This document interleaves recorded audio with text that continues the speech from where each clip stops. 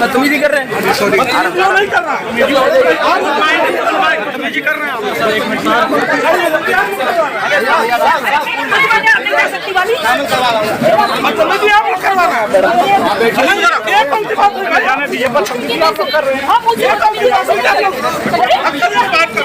व्यक्ति कोई किसी समझाने समझ नहीं रहा है।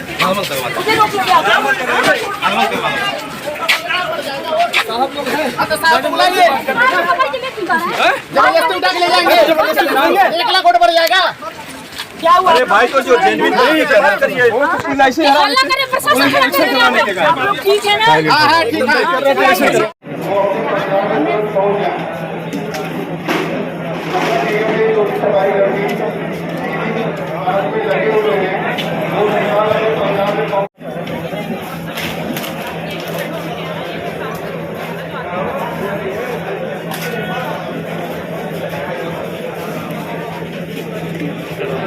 जनता का आदेश आएगा वो मेरे सराखों पर होगा।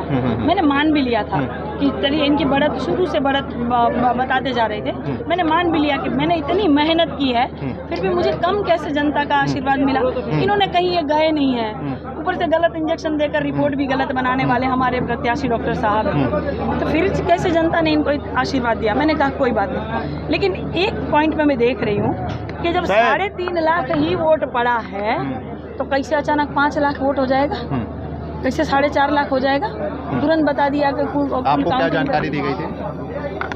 3.5 लाख वोट ही पड़ा है। 3,62,000 वोट पड़ा है।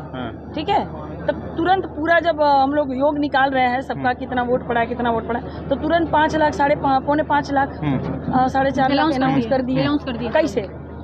इतना सेंसिटिव चुनाव है, इतनी मेहनत की है। तो आपने जब विरोध किया फिर प्रशासन ने क्या कहा? तो वो तुरंत कहने लगे कि जब हमारे नगीना भैया वो सब पूछने लगे कि भैया ये क्या हो गया, ऐसे कैसे आप बढ़त बता रहे हैं? अरे 28,000 था सीधा 61,000 कैसे हो गया? तो अरे आप लोग जाइए यहाँ से, बाद में बात करिएगा, जाइए, आप लोग को पूछने का हक नहीं है, चलिए हटिए यहाँ से। कौन होते हो पूछने वाले? जो हो गया अनाउंस हो गया। तो बताइए ये मुख्यमंत्री के गढ़ में हमारी मांग ये है कि रिकाउंटिंग करवाई जाए, दोबारा चुनाव करवाया जाए महापौर का, ज़्यादा समय नहीं लगेगा, पारदर्शिता हो जाएगी। जो वोट पड़ा है फिर से वही वोट पड़ेगा ना कंप्यूटर में, अगर पारदर्शिता है। अब कह रहे लिखित में दीजिए, फिर हम सोचेंगे, तो हम लिखित में दे रहे हैं, सोचे बैठ के। अगला कदम क्या है? देखिए इस तरह नहीं करेंगे तो मैं अच्छी तरह से समझ गई हूँ कि मैं जो भी पिछड़ों की जो बहू बेटियां लड़ेगी इनको जीतने नहीं देंगे। खासकर निषाद समाज के लोग तो ये समझ जाए कि जब प्रधान से लेकर प्रधानमंत्री तक के पद ये गटक के बैठे हैं, तो पहली बार अगर निषाद समाज की बहू मेयर बन जाती तो क्या दिक्कत हो जाती। मैं समझ सकती थी कि आदरणीय मुख्यमंत्री जी ने 3 से 4 सभा मेरे खिलाफ की। मैं समझ सकती थी कि किस तरह से BLO की पर्ची और पीठासीन अधिकारियों की जो लिस्ट थी वो बदली जा रही थी। मैं समझ सकती थी कि किस तरह से DM अधिकारी जी ने पूरा लाइन लिख के बता दिया था कि ये लोग वोट नहीं डालेंगे, ये लोग वोट नहीं डालेंगे, ये लोग वोट नहीं डालेंगे। मैं समझ सकती थी कि कैसे मृत्यु लोगों के नाम आ जाते थे और जीवितों को वोट नहीं देने जा रहा था।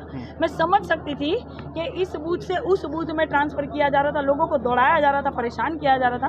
मैं समझ सकती थी कि परिवारों का वोट गायब था। मैं समझ सकती थी कि जितने भी तुर्कमानपुर के या सूरजकुंड के जो इलाके हैं पूरे के पूरे जो वोट गायब हो गए थे, तो लोग 150, 200, 2,500, 3,000 लोग वापस जा रहे हैं। मैं समझ सकती थी कि किस तरह से इन्होंने 20, 25,000, 35,000 का घपला करके वोट नहीं डालने दिया।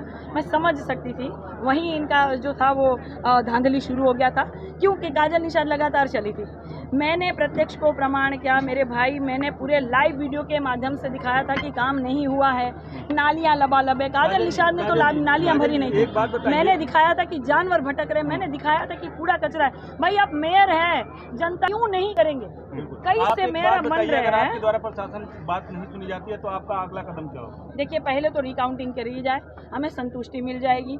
जो भी फिर आदेश होगा, जो भी निर्णय होगा वो सराखों पर होगा। मैं कैसे मानूं कि ये जो काउंटिंग चल रही थी पारदर्शिता वाली चल रही थी? इसका मतलब कि अगर ये लास्ट में ये सब नहीं हुआ तो इसका मतलब ये घपला चल रहा था।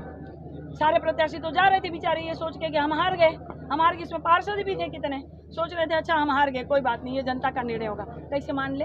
काजल जी, कैसे चुनाव से मान पहले गए? ही आप इसकी मुख्यमंत्री आशंका का जता रही थी। चुनाव से मुख्यमंत्री- पहले ही आप आशंका जता रही थी। बराबर मैंने दिखाया था, मैंने बताया था, उस बूथ का नाम मैंने बताया था।